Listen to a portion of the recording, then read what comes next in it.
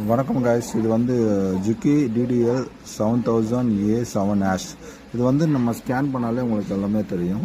அதுக்கப்புறம் பார்த்தீங்கன்னா இதில் ட்ரிம்மிங் இருக்குது, ஆட்டோ பேக் டக் இருக்குது, பேட்டன் டக் இருக்குது. பேட்டன் டக்னா நம்ம பேக்கெட்டில் அட்டாச் பண்ணும்போது இத்தனை தையல் ஸ்ட்ரெச் பண்ணிட்டு அட்டாச் பண்ணிக்கலாம். இத்தனை தையல் வந்து செட் பண்ணிக்கலாம். இது இன்றைக்கி வந்து நம்ம இந்த பிளேட்டை கைட்டு க்ளீன் பண்ண போகிறோம். க்ளீன் பண்ணிவிட்டு அடியில் எப்படி இருக்குன்னு பார்க்கலாம்.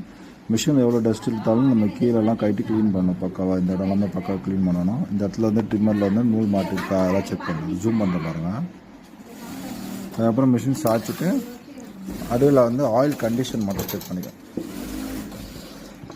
ஆயில் கண்டிஷன் பார்த்தீங்கன்னா எல்லோவாக இருக்குது. எல்லோ ஆயில் கண்டிப்பாக மாற்றி ஆகணும். அப்புறம் இந்த இடத்துல வந்து